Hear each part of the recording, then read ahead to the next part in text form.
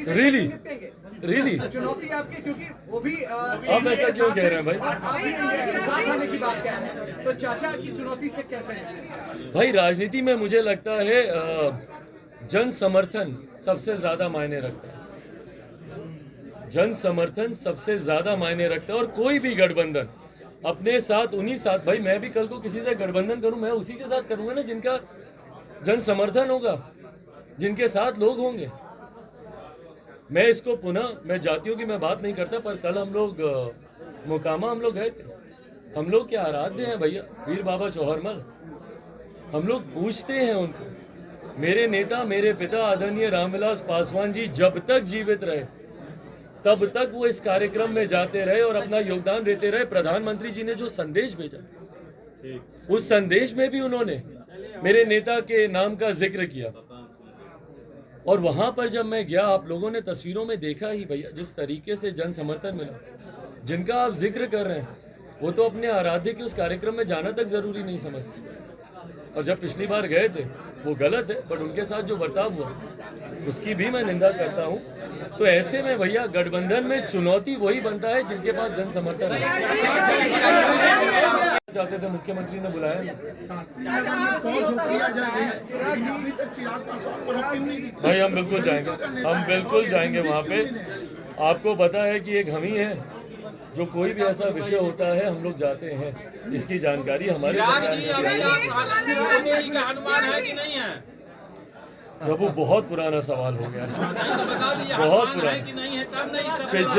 पिछले 50 हमारे इंटरव्यू निकाल के देख लीजिए, उसमें 50 बार हम जवाब दिए। हम फिर दे देते हैं जवाब, हम फिर दे देते हैं। मेरे पिता जब बीमारी की हालत में थे, जब वो ऐसी परिस्थिति में थे जब वो बोल चल नहीं सकते, जब वो वेंटिलेटर पे थे, उस वक्त कोई एक व्यक्ति जो मजबूती से हमारे साथ खड़ा था, वो आज हमारे देश के प्रधानमंत्री आदरणीय नरेंद्र मोदी जी। उस वक्त ना बिहार के मुख्यमंत्री को चिंता थी, फोन तक कर कर उन्होंने मेरे पिता का हालचाल जानना जरूरी नहीं समझा। बिहार के जितने और नेता हैं उन लोगों ने हालचाल जानना जरूरी नहीं समझा, परिवार के कई सदस्यों ने आकर उनको देखना तक जरूरी नहीं समझा। ऐसे में कोई एक व्यक्ति जो दिन रात और दिन में 2-2 बार समय पूछेंगे, मैं समय भी बताता हूँ। सुबह ठीक 8:30 बजे मेरे मोबाइल का फोन बजता था, सुबह ठीक 8:30 बजे प्रधानमंत्री जी खुद फोन पर होते थे, और रात में लगभग 10:30 बजे, कभी 11:30 बजे, कभी 8:45 बजे शाम का आगे पीछे होता था। दिन में 2 बार निरंतरता में 40-45 दिन उनका फोन हमको आया। ऐसे में जो व्यक्ति मेरे दुख की घड़ी में मजबूती से मेरे साथ खड़ा हो, उस व्यक्ति को, और मेरे पिता का निधन भाई कब हुआ? जब चुनाव सर पर था। चुनाव सर पर नहीं, पहले चरण का नामांकन चल रहा था 8 अक्टूबर को, और अगर हमको ठीक से याद है तो 11 या 12 अक्टूबर को पहले चरण के नामांकन की आखिरी तारीख थी। अब ऐसे में एक व्यक्ति जो आज अभी से 2 घंटे पहले तक मेरे पिता का हालचाल जान रहे, उनके अंत्येष्टि के लिए बिहार में मिलिट्री ऑनर्स उनको दिया जा रहा। जयप्रकाश जी के बाद एकमात्र दूसरे ऐसे बिहार के नेता जिनको मिलिट्री ऑनर्स दिया गया अंत्येष्टि के दौरान, वो सिर्फ और सिर्फ आदरणीय रामविलास पासवान जी थे। जिन प्रधानमंत्री ने उनके लिए इतना कुछ किया, जस्ट बिकॉज कि मैं अकेले चुनाव लड़ रहा हूं, मैं कैसे 2 घंटे के बाद पलट जाऊं और मैं बोलूं कि ये व्यक्ति गलत हैं, इनकी नीतियां गलत हैं, ये व्यक्ति भ्रष्ट हैं? कैसे मैं बोलूं? उस वक्त मेरे ऊपर ये दबाव डाला जाता था कि आप प्रधानमंत्री की तस्वीरों का इस्तेमाल नहीं करेंगे, क्योंकि मुख्यमंत्री नीतीश कुमार जी डरे हुए थे, और इसी हार से वो डरे हुए थे जो हार का सामना उनको बाद में करना पड़ा तीसरे नंबर की पार्टी पर। उस वक्त मैंने ये बयान दिया था कि प्रधानमंत्री मेरे दिल में बसता है। अब आप इसको तंज के तौर पर इस्तेमाल करना चाहें या जैसे भी आप इस्तेमाल करना चाहें, आप स्वतंत्र हैं प्रभु। पर हाँ, मेरे लिए जो व्यक्ति मेरे दुख की घड़ी में मेरे साथ खड़ा हो, कल को हाइपोथेटिकली अगर मेरा गठबंधन किसी दूसरे दल से भी होता, तब भी वो व्यक्तिगत तौर पर मेरे प्रधानमंत्री के लिए मेरा वो सम्मान हमेशा रहेगा, और ये मेरे संस्कारों में है भाई। मैंने हमेशा व्यक्ति विशेष का सम्मान किया है।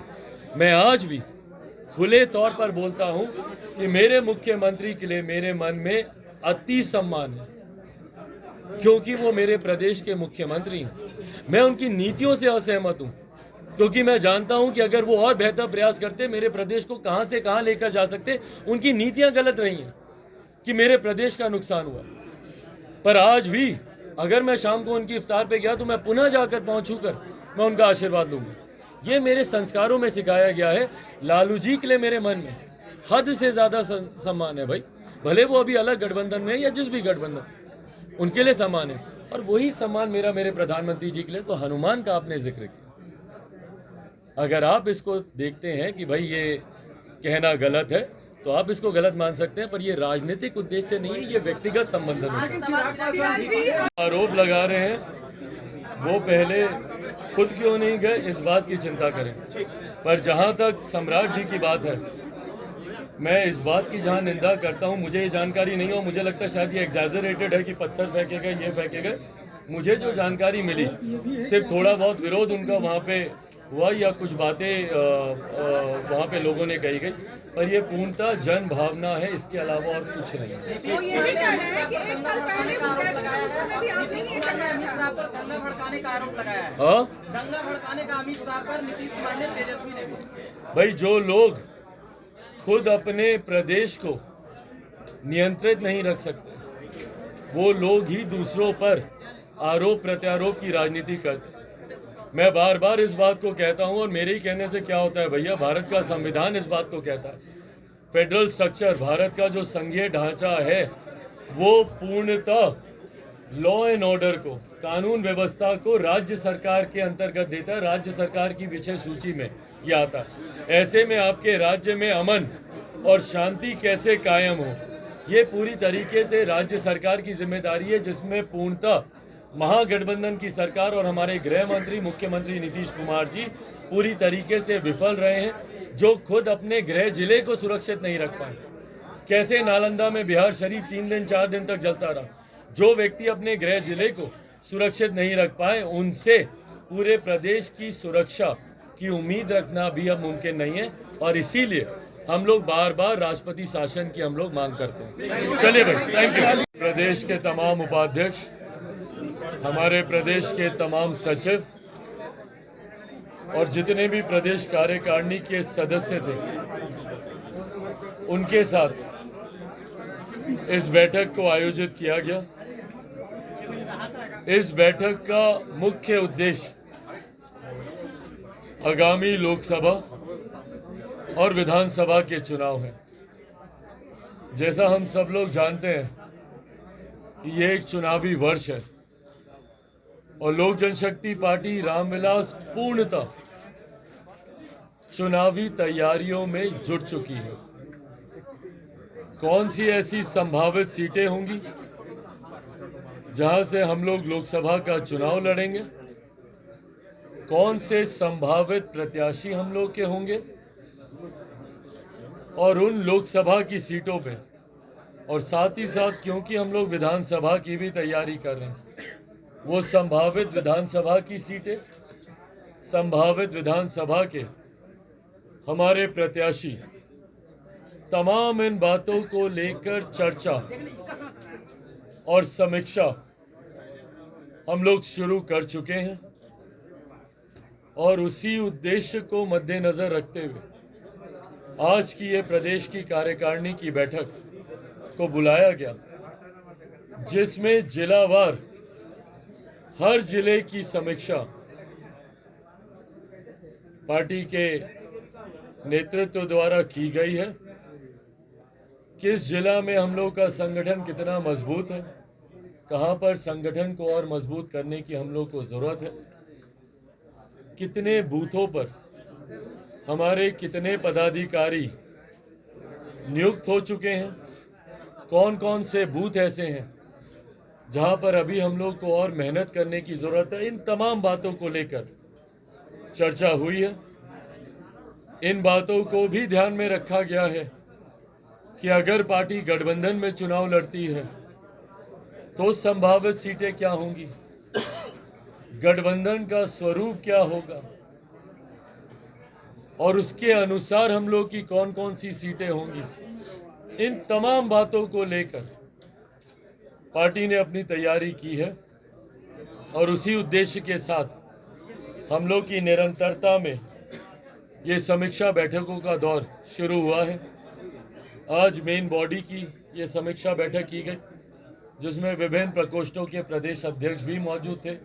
उन्होंने भी अपने अपने प्रकोष्ठों की जानकारी दी, पर आने वाले दिनों में ये प्रदेश अध्यक्ष भी अपने अपने प्रकोष्ठों की प्रदेश कार्यकारिणी की बैठक इसी तरीके से करेंगे, जहाँ पे उनके जिला अध्यक्ष, उनके जिला प्रभारी और उनके बूथों पर उनकी क्या मजबूती है विभिन्न प्रकोष्ठों की, इस पर वो लोग चर्चा करके प्रदेश कार्यालय में अपनी जानकारी, अपनी सूची वो लोग सबमिट करने का वो लोग काम करेंगे।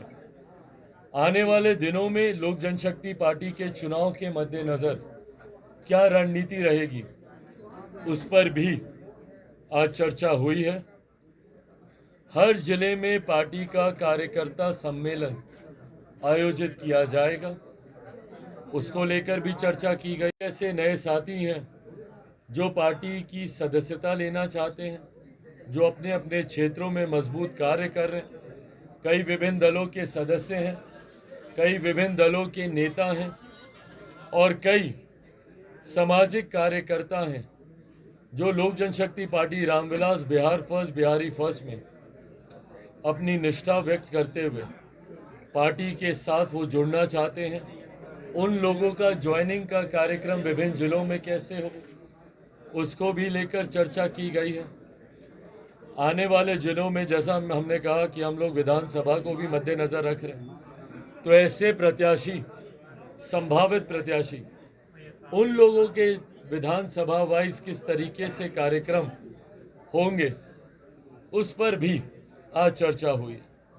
ओवरऑल अगर मैं इसको सम अप करते हुए अगर मैं कहूं, तो पूर्णतः चुनाव को अब मद्देनज़र रखते हुए और चुनाव में हर परिस्थिति को मद्देनज़र रखते हुए पार्टी किस गठबंधन के साथ, गठबंधन का क्या स्वरूप होगा, इन तमाम परिस्थिति को मद्देनज़र रखते हुए plan A, plan B, plan C, हर प्लान पे काम हुआ है। अंतोगत्वा हम लोग 40 सीटों पर अपनी इतनी मजबूत तैयारी कर रहे हैं और 243 विधानसभा पर हम लोग अपनी मजबूत तैयारी कर रहे हैं। इसको ब्रेकिंग न्यूज़ के तौर पर आप लोग चलाएंगे कि हम लोगों ने अकेले चुनाव लड़ने का या सारी सीटों पर तैयारी का हम लोगों ने फैसला किया। ऐसा होता नहीं है। जब कोई भी राजनीतिक दल या राजनेता ये बोलता है कि हम सारी सीटों पर तैयारी कर रहे हैं, उनको करनी भी चाहिए, क्योंकि बाद में यही सवाल आपकी तरफ से आएंगे। भी मैं पहले भी बोल दूं, बाद में भी आप पूछेंगे तब भी मैं बोलूँगा।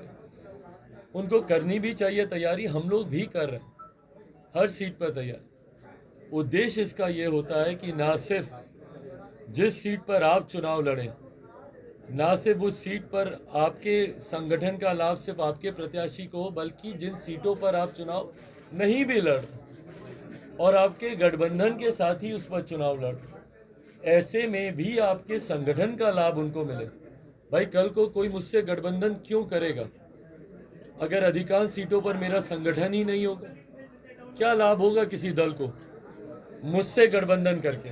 हम तो भैया उनके संगठन का लाभ ले लेंगे, पर हम अपना लाभ उनको कैसे दे पाएंगे? इसके लिए हर राजनीतिक दल को हर सीट पर तैयारी करना जरूरी है।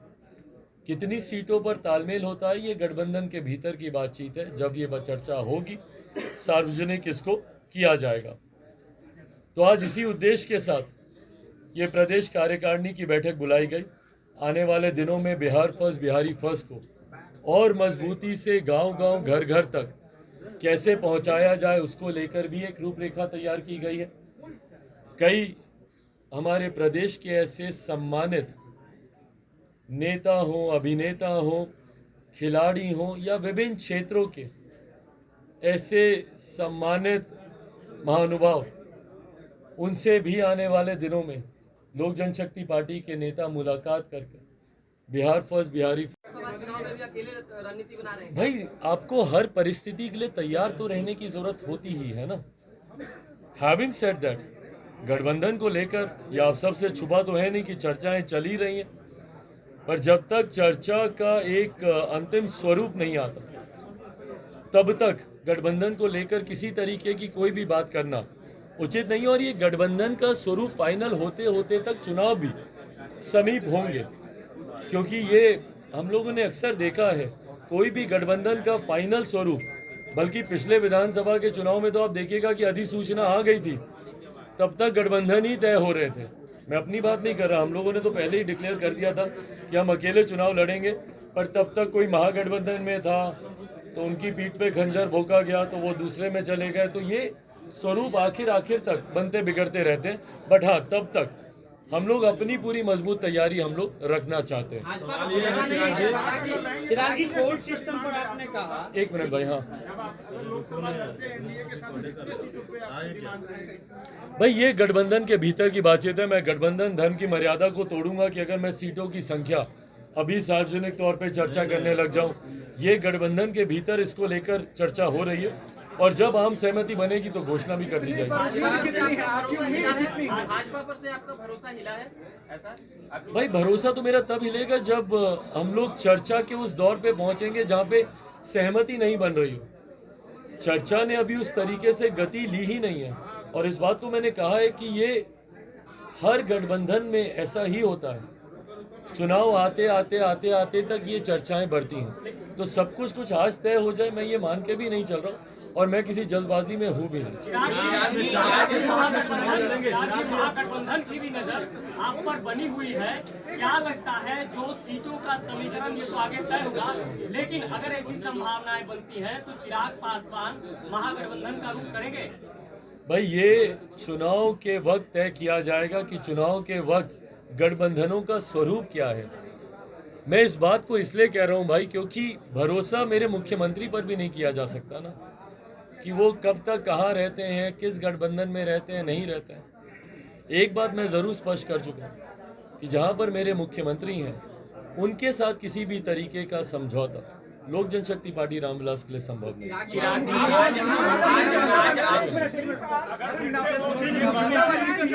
नवादा वाली सीट से तो अमित शाह जी ने ऐलान कर दिया कि वो चुनाव लड़ेंगे।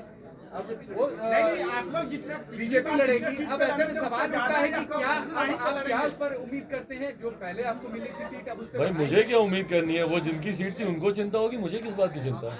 आपकी पार्टी की जिनकी पास उनके सांसद हैं आज की तारीख में, चिंता उन लोगों को होनी चाहिए। भाई, हम लोग तो जब गठबंधन की बात करेंगे, जब सीटों की बात करेंगे, तब हम लोग की दावेदारी अलग होगी। हम लोगों ने तो किसी सीट पे दावेदारी अभी तक पेश की नहीं।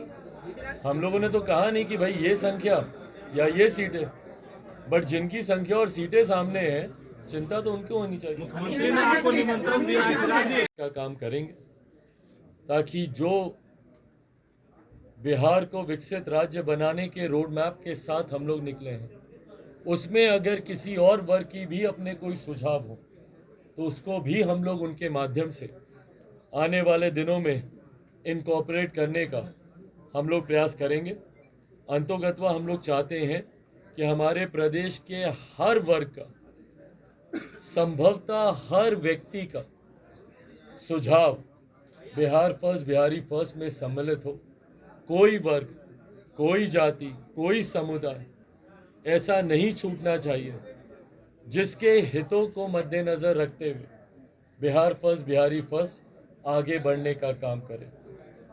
उसमें आने वाले दिनों में एक प्रोग्राम के तहत इस प्लान को भी रोल आउट किया जाएगा, जिसमें जैसा मैंने जिक्र किया कि हर वर्ग के जितने भी वरिष्ठ साथी हैं उनसे मुलाकात करके न सिर्फ उनको बिहार फर्स्ट, बिहारी फर्स्ट की उनको प्रतिलिपि सौंपी जाएगी, बल्कि उनसे भी सुझाव मांगे जाएंगे कि उसको पढ़ने के बाद उन्हें लगता है कि ये संभवतः कोई खिलाड़ी होगा जिनके पास हम जाएंगे और वो बोलेंगे कि भैया खेल कूद में ये 4 पॉइंट आपने जोड़े, 2 पॉइंट और हमारी तरफ से भी जोड़िए। तमाम बातों पर चर्चा होगी। अंतोगत्वा हम लोग का लक्ष्य पूरे प्रदेश को एक साथ लेकर चलने का। मैं 6%, 16%, 50%, 92%, 32% की बात नहीं कर रहा। और अब तो प्रतिशत नहीं, अब तो हम लोग को भैया कोड नंबर भी मिल गए। तो मैं कोई 121वें की बात नहीं कर रहा, 171वें की बात नहीं कर रहा, 79, 80, 90 की बात नहीं कर रहा, मैं 13 करोड़ बिहारियों की बात कर रहा हूँ। और तभी विकसित प्रदेश बनेगा जब हम लोग कोड नंबर से उठकर, जातियों से उठकर, संप्रदायों से उठकर हम लोग सबको साथ लेकर चलने की बात करेंगे।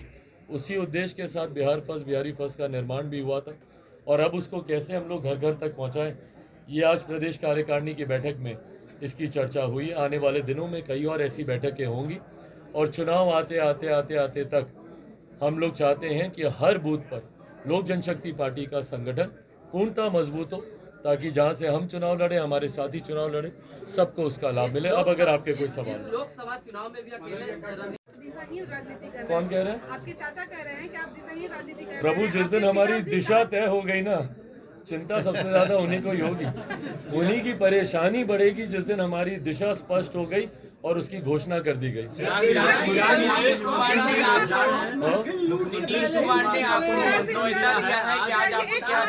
पार्टी में जा रहे हैं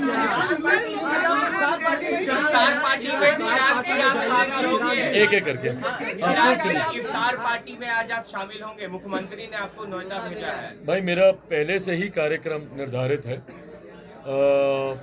हाजीपुर का कार्यक्रम लगा हुआ है, मैं हाजीपुर निकलूंगा, पर हाँ, उनकी तरफ से ज़रूर न्योता इफ्तार के लिए मिला है। हमारी पार्टी के वरिष्ठ साथी ज़रूर उसमें जाएंगे। ये तय है कि जहां नीतीश कुमार रहेंगे वहां आप नहीं रहेंगे, ये फिक्स है?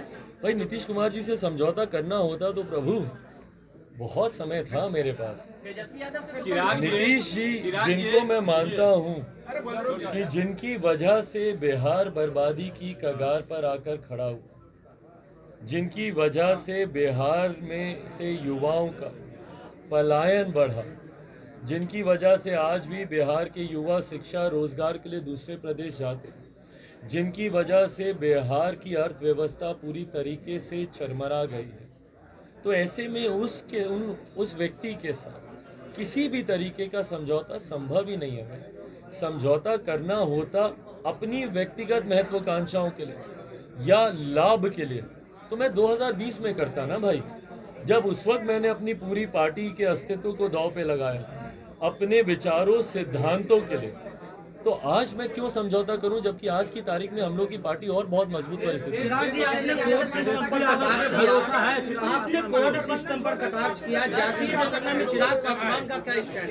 भाई, स्टैंड को मैं हर बार क्लियर कर चुका हूं। पुनः अगर आप चाहते हैं इसको लेकर क्लैरिटी, मैं पुनः क्लियर कर देता हूं कि जातीय जनगणना का हम लोग समर्थन करते हैं, होनी चाहिए, पर सिर्फ जातियों की ही बात नहीं होनी चाहिए।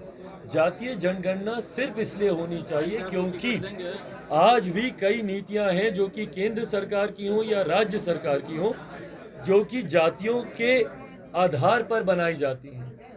कई बार न्यायालय के द्वारा भी, माननीय न्यायालयों के द्वारा भी आंकड़े मांगे गए हैं कि भाई अगर आपने ये योजना बनाई, बताइए इस जाति की क्या आबादी है। वो आंकड़े हैं ही नहीं, क्योंकि आखिरी बार दशकों पहले ये जनगणना हुई थी। तो ऐसे में एक तरफ जहां हम लोग समर्थन करते हैं कि जातीय जनगणना होनी चाहिए ताकि जो योजनाएं बने उसमें उसके अनुपात वो राशि आवंटित की जा रही है कि नहीं, और उस राशि का लाभ लेकर वैसी जातियां जो अभी भी मुख्य धारा के साथ नहीं जुड़ पाई हैं, क्या वो जुड़ पा रही हैं कि नहीं, इसलिए हम लोग इसका समर्थन करते हैं। राजनीतिक समीकरण अगर बदलता है, नीतीश कुमार एनडीए में आते हैं, फिर तेजस्वी से समझौता करेंगे आप? भाई, आप हमको नीतीश कुमार जी बना के रहेंगे क्या? इससे भी समझौता कर लीजिए, उससे भी समझौता कर लीजिए, सबसे समझौता कर लीजिए। आज की तारीख में हम भैया अपने संगठन को इतना मजबूत करने में लगे हुए हैं कि जिसको आना है आके समझौता करें। आज की तारीख में बिहार फर्स्ट, बिहारी फर्स्ट को हम इतना मजबूत करना चाहते हैं, अपने पार्टी के संगठन को इतना मजबूत करना चाहते हैं कि जो बिहार फर्स्ट, बिहारी फर्स्ट के साथ आना चाहे उनका स्वागत।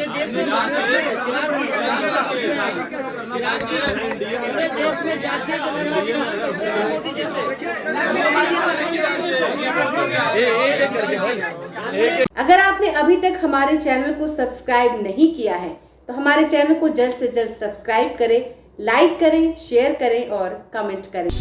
क्या आप पत्रकारिता के क्षेत्र में अपना कैरियर बनाना चाहते हैं? तो आज ही Royal Ashoka Institute of Mass Communication and Journalism में अपनी जगह सुनिश्चित करें।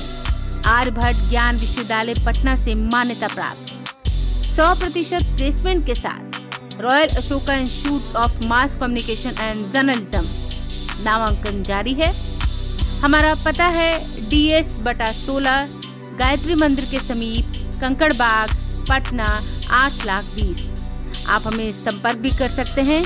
हमारा मोबाइल नंबर है 9955456126।